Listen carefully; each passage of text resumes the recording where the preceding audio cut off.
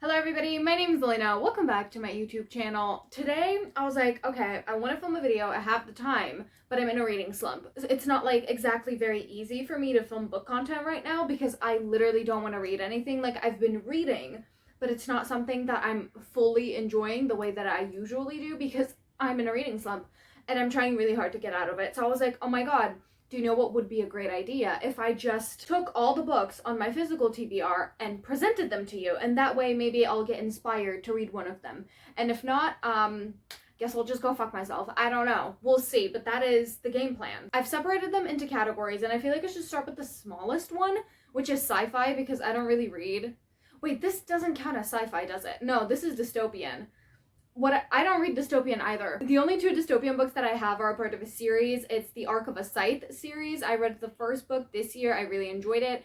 I gave it 4 or 4 point something stars. The first book is called Scythe. The second book is Thunderhead, and the third book is called The Toll, and they're by Neil Schusterman. Way into the future, and basically humanity have conquered everything. They've conquered war, starvation, whatever. They've even conquered death, okay? But that comes with overpopulation.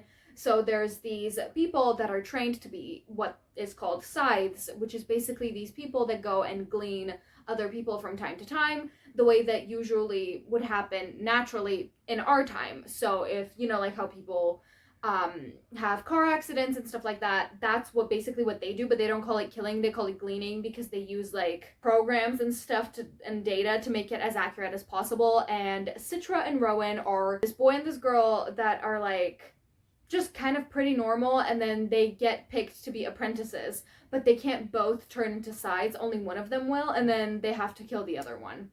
They have to glean the other one. So that's the basic story of the first book. I can't really exactly tell you what these are about. 1, because I haven't read them, and 2, because they're the second and third book. So, like, why would I spoil everything that happens in the first one? But I really did enjoy the first book, so I'm excited to get to these. The next category is also pretty small, and I feel like, honestly, I could have merged it with another category, but I'm not gonna do that. Magical realism, but it's also mixed with romance. Obviously. The first book is The Dead Romantics by Ashley Poston. I'm pretty sure you've heard of this. She's really popular. The 7-Year Slip is also written by her, and also she has a new one. I don't know what it's about. It's like a story, something about a story, whatever. This one is basically about this girl who moved away from her family. Her family owns a funeral home, and then she has to go back to this town after her dad dies. And she is basically a ghostwriter for this, like, really popular writer, but the writer isn't actually writing their books. Yeah, that's what ghostwriter means. I don't know why I'm explaining myself. She calls up her editor and she's like, hey, I'm gonna need some more time to write this. And he's like, no, you can't do that. And then when she gets to her town, she sees him and he's a ghost. I can't tell you anything else about this because I genuinely don't know. I really want to read it so bad, but every time I go and pick it up, I just put it back down. It's not like the writing is bad, so I put it down. I'm like, I'm gonna read this tomorrow, and then tomorrow comes and I'm like, I don't really want to read this, but I do. It's just that I'm in a reading slump. Do you understand the struggles that I am having? First world problems, I understand, but still, I am excited about this, and I will get to it eventually. The next two are kind of connected, so I have the last book in the Raven cycle, which is The Raven King by Maggie Stiefvater. This is magical realism. I've talked about this series before, and I'm pretty sure everyone and their mom has read it besides me, because it's a really popular series, and it's also a pretty old series. I really enjoyed the first 3 books, so I'm excited to get to this one. There's a new series that connects to that one. It's called The Dreamer Trilogy. It's about a character from the previous series, but now they're like the main character. I'm guessing it has something to do with the ending of that book, but I obviously haven't read it, so I don't know. But it's called Down the Hawk. I don't know what this is about. I haven't read the back because I don't want to spoil myself for something that potentially happens in The Raven King. So I don't know what it's about. I just know the character that it's about, and I don't actually want to say it in case you haven't read the previous series, and I don't want to spoil anything, so just know that I'm excited to start this one, okay? And I actually really like the cover. The next small pile that I have is classics, and I have 3 of them here. The first one, and probably the one that I'm the most excited about, is Call of the Wild and White Fang by Jack London. First of all, I got this because look at how pretty the cover is.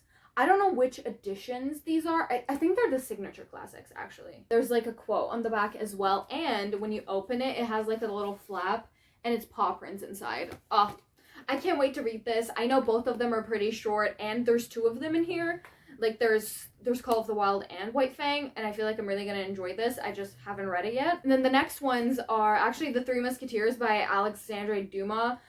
This is the author that wrote The Count of Monte Cristo. I'm still reading that book. Okay, don't ask. Okay, I don't want to talk about it. But I did not realize that he wrote this book as well. And I was like, I saw it at the bookstore. I was like, I need that because I really like his writing in The Count of Monte Cristo. So I think I'm going to enjoy this as well. And the last one is Pride and Prejudice by Jane Austen. This is like a thrift study edition. So it has like a study guide at the end. I don't care. That's not what I need. I got this on sale.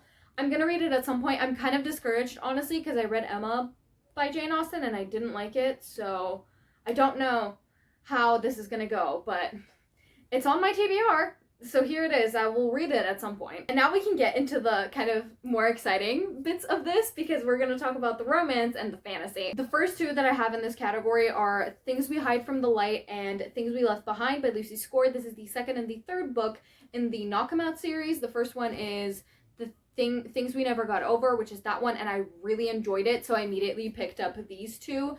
I haven't read them, one, because they're kind of chunky, and I have to be in a specific mood to want to read this much of a slow burn when it's just romance.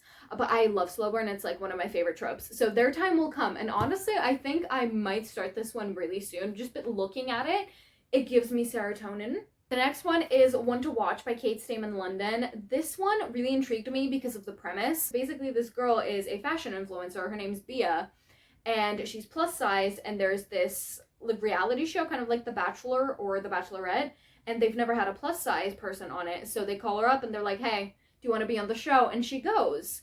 And then she starts falling in love with one of the contestants, I think, but it's kind of that thing where, like, is it just for the show? Is it just for the drama? Or are we actually, like, do we actually have something here? And the last one is a YA romance, and it's See You Yesterday by Rachel Lynn Solomon. This one is the Groundhog Day trope where she has a horrible day, and then she wakes up on the same day, and then she's trying to get out of it. But the twist is that this guy, don't know his name, don't know her name either. He's also stuck living the same day, but he's been stuck for a while, and then they kind of work together to get out of it, and obviously they fall in love. I'm an OG fantasy lover. Like, I started reading fantasy, so I'm honestly probably the most excited about reading these. I just am not in the mood. That is the whole theme of this video. Okay, that's why I'm doing this video and not a different one. We're gonna start with middle grade, and I'm talking about the first two books in the Heroes of Olympus series by Rick Riordan, and it is The Lost Hero, and the second one is The Son of Neptune.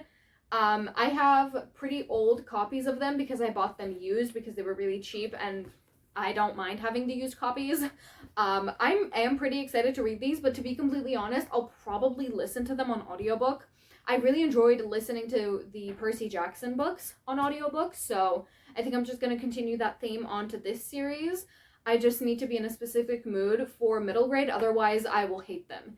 And I obviously want to give the books a fair chance, so they're just gonna have to wait for a little bit. Moving on to YA fantasy, we have All the Stars and Teeth by Adeline Grace. This one, I've heard it's pirates and kind of mermaids, and I honestly don't really know what the rest of this is about. I will at some point be in the mood to read this, but not quite right now. And I recently read This Woven Kingdom by Tahara Mafi, which is the first book in the This Woven Kingdom series, and I absolutely loved it. I give it 4.5 stars. I think it's in my last wrap-up, and so I decided to pick up the second book recently, and that is These Infinite Threads.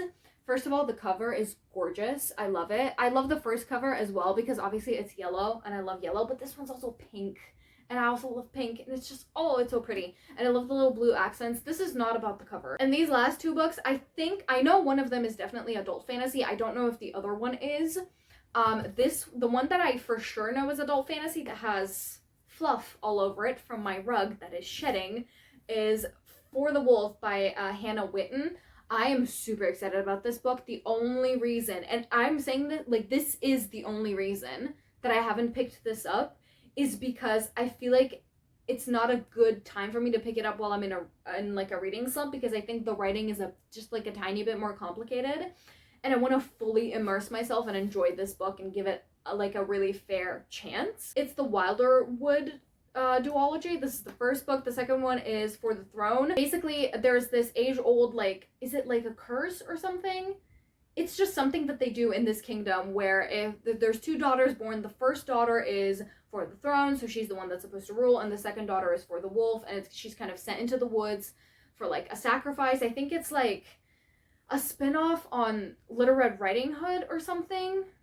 I don't know, but she has this like magical power inside of her, and when she's sent into the woods, the wolf doesn't actually kill her, like she's not sacrificed, and then she starts figuring out that things aren't the way that are told that they are. And I think it's like a slow burn romance, and it's enemies to lovers, but it's like really slow burn, which right up my alley. And the longer I talk about this book, the more I want to read it, but I know that I should not pick it up right now, so I'm kind of putting it off. The one that I'm not sure is adult fantasy is One Dark Window, which by Rachel Gillig, which is the first book in the Shepherd's King duology, but I'm pretty sure that it's adult fantasy.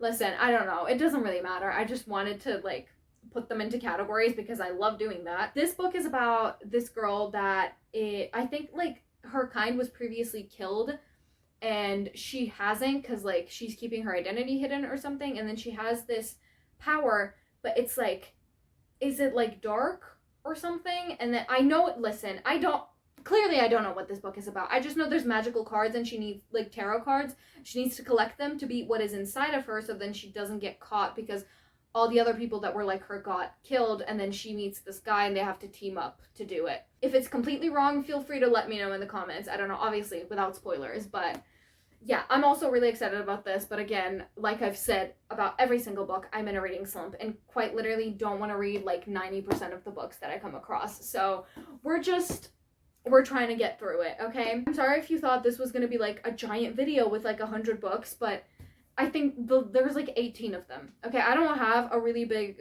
like TBR. I love getting through my TBR, and I don't like hoarding books that I don't love. That's my physical TBR. Hopefully I will get through it soon. I definitely want to finish it by the end of the year, which is completely doable. I just cannot wait to get out of this reading slump, and honestly, I think it's working.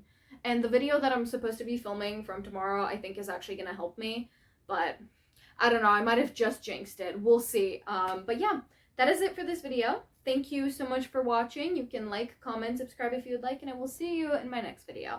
Bye-bye.